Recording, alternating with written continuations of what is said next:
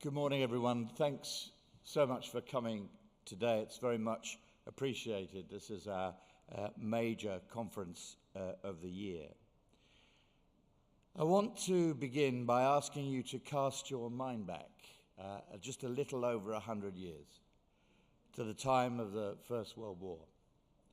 The space we're sitting in was a working brewery. Imagine the noise and the sights and the smells of thousands of gallons of beer being brewed in here. I know I can. It would have been a rough and very noisy environment, but it's of course nothing compared to the harshness of the lives led by those who were sent to the trenches of Europe's battlefields. We're all familiar with the images. It's hard for us now to contemplate the reality of living for weeks, for months on end, wading through mud, watching your friends die around you, and knowing you too would likely soon be killed. These were the conditions experienced by Edward Burchell, a captain in the Oxfordshire and Buckinghamshire Light Infantry.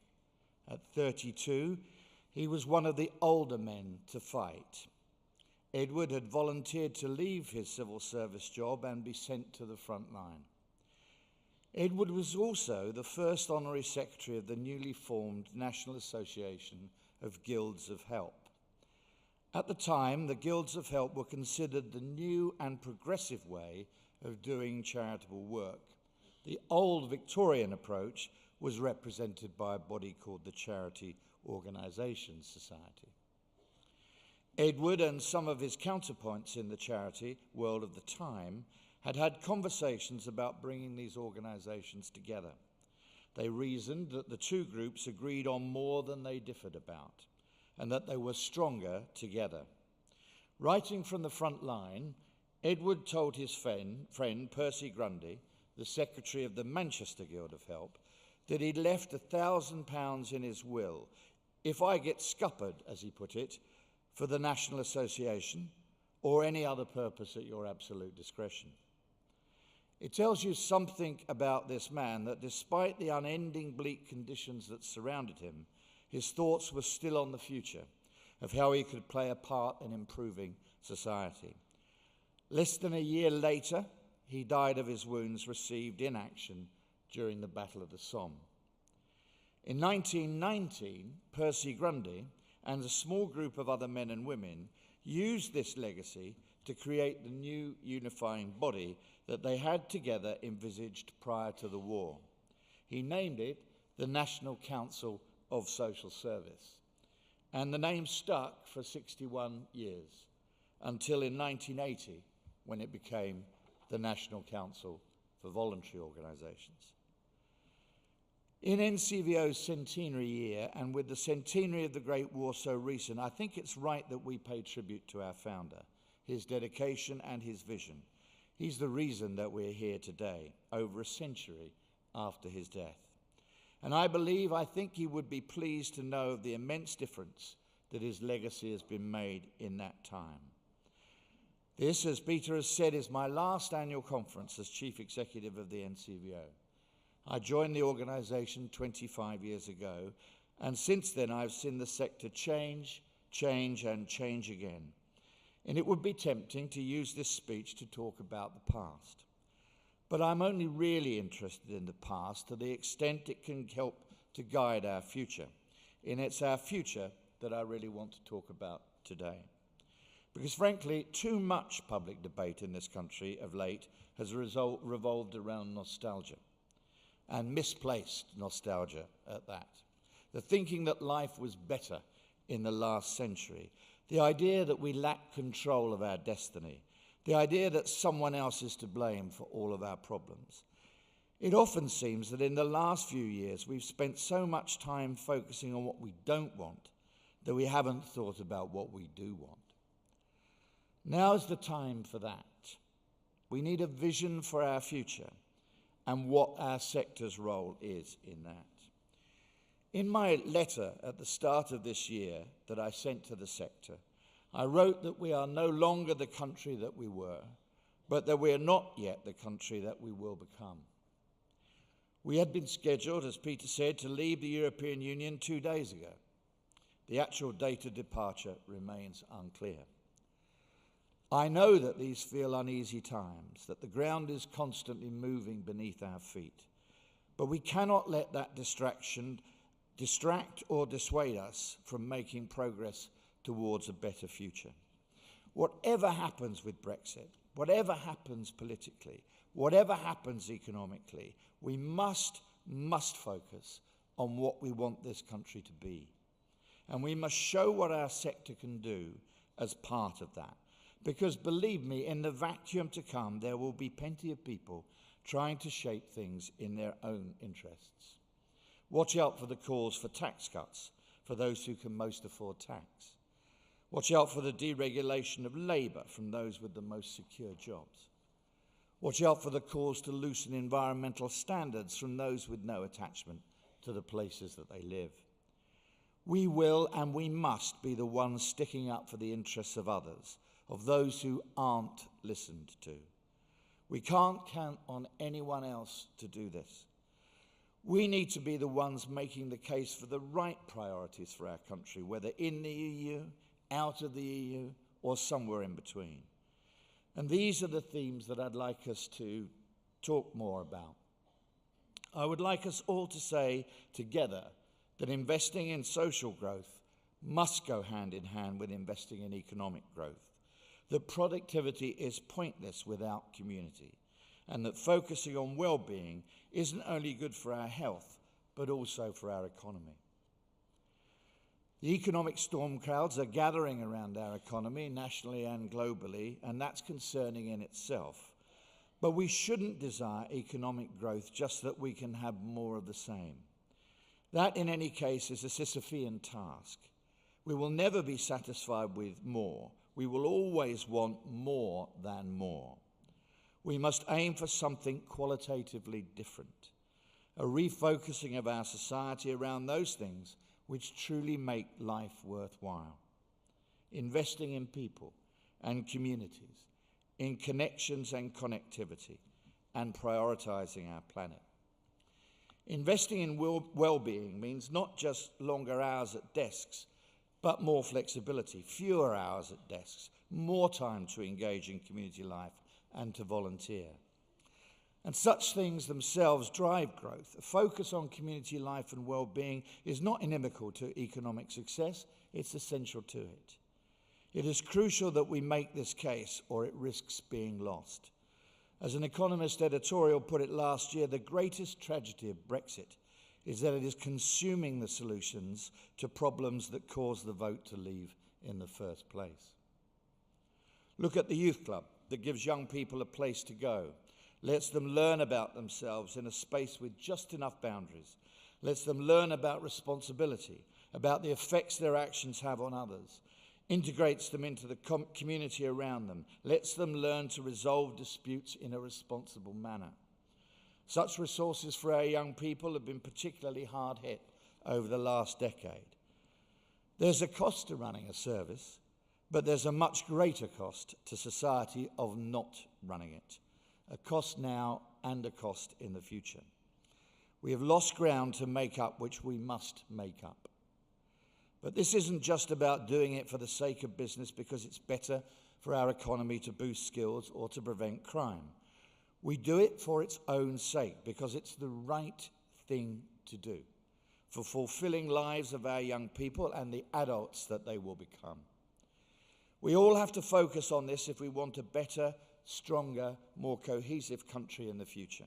Locality recently reported that a staggering 4,000 community buildings and spaces are sold off by cash-strapped councils every year. Libraries, playgrounds, day centres. What legacy is this for the future? It contrasts miserably with the era and the spirit in which so many of them were created. We urgently need to replace these, and when we do, they should be truly in the hands of communities, not controlled by public bodies free to dispose of them at will. The government can offer a better service sometimes by being more hands-off. I'm not interested in asking for the return of the proliferation of disconnected, micromanaged grants with the sector as the clients of government.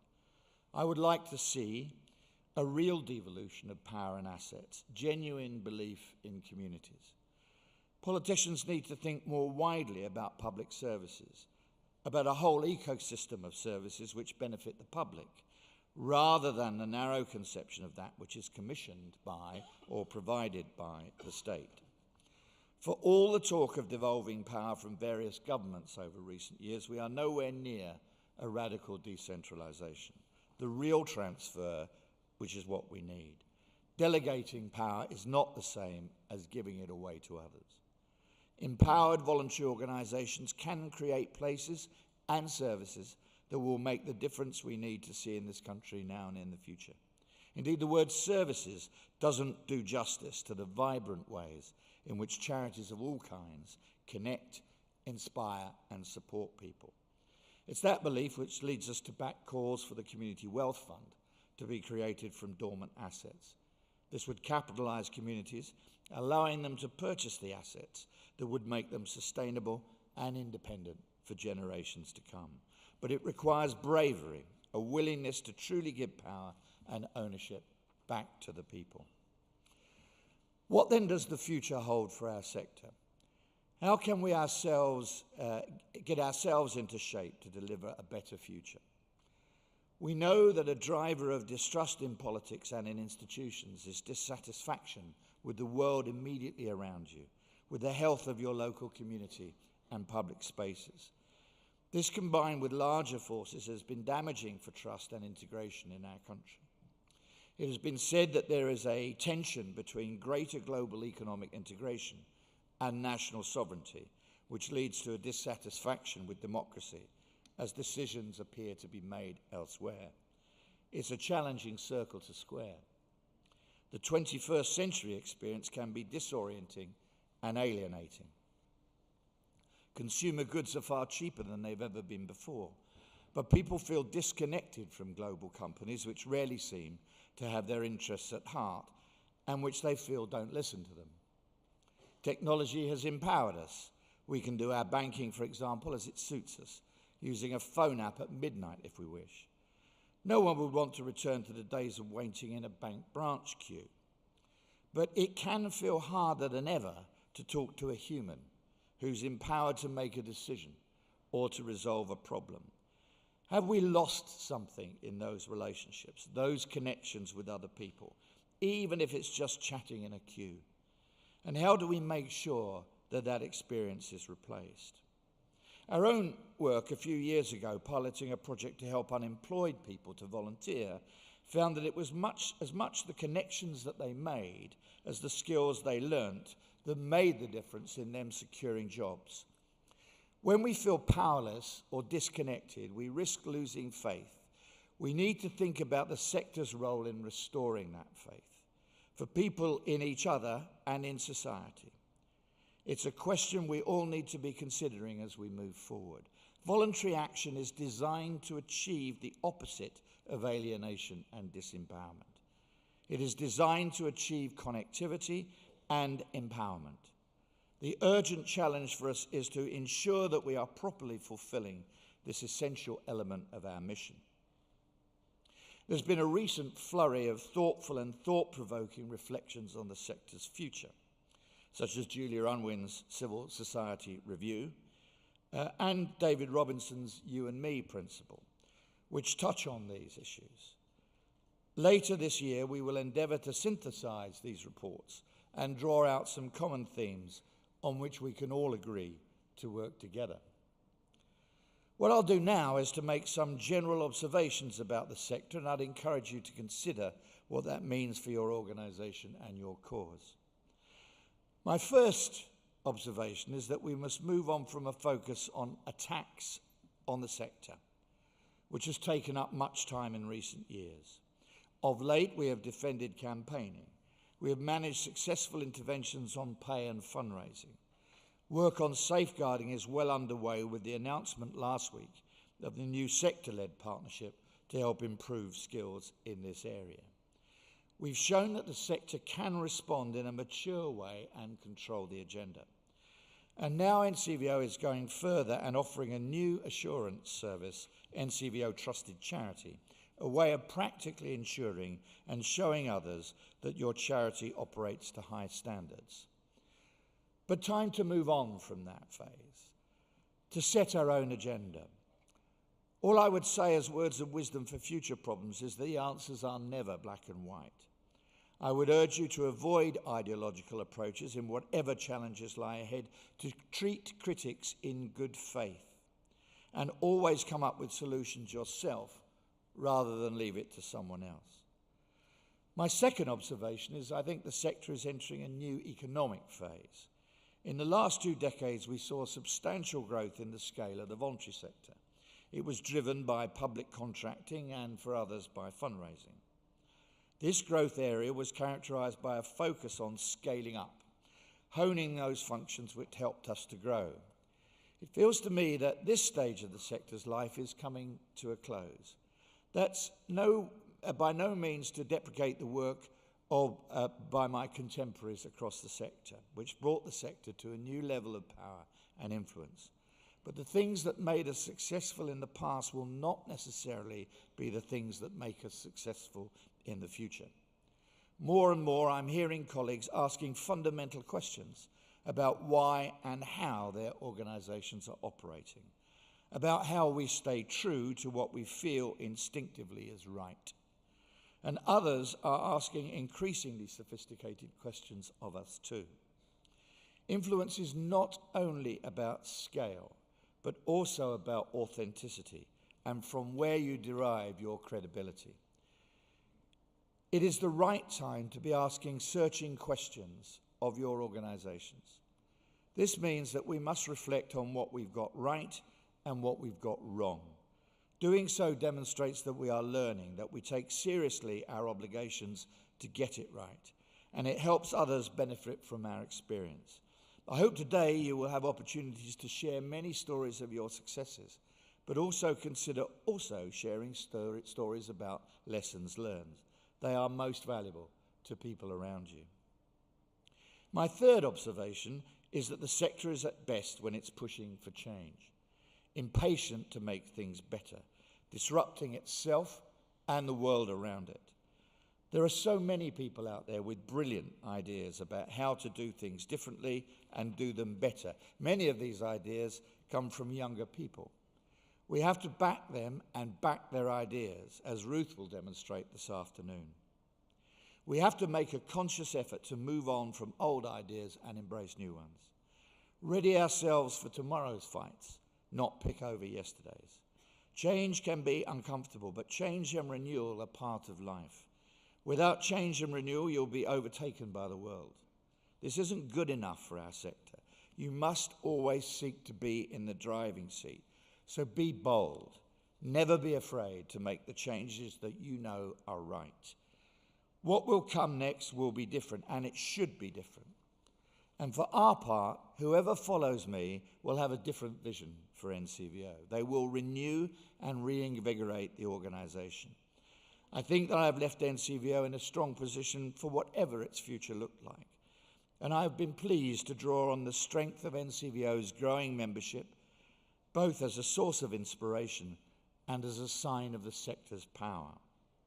And we, of course, have a talented and committed staff group and board who are dedicated to responding to what the sector needs and have developed the capabilities to deliver that support in ways fit for the future. Setting out exactly what the future looks like for NCVO is for the next Chief Executive. But there are 3 key areas that I think will be priorities. Firstly, enhancing and deepening our engagement with communities, a constant theme in NCVO's history. Secondly, improving connectivity between members, not just between us as NCVO and our members. And thirdly, engaging with new emerging movements, not just established organisations. I'd like to end by saying this. We are buffeted by political and economic forces, but this is no reason why we shouldn't be active in shaping the country that we want. You are in charge of your own destiny. As Abraham Lincoln famously put it, the best way to predict the future is to create it. If I've learnt one thing in my time at NCVO, and I believe that I've learnt at least one thing, it is that the sector gets better all the time. There are bumps in the road, and we're also always making progress. Together we can and we do make a difference. We've done this for decades, and I know that you'll be doing it long into the future. Good luck. Thank you very much.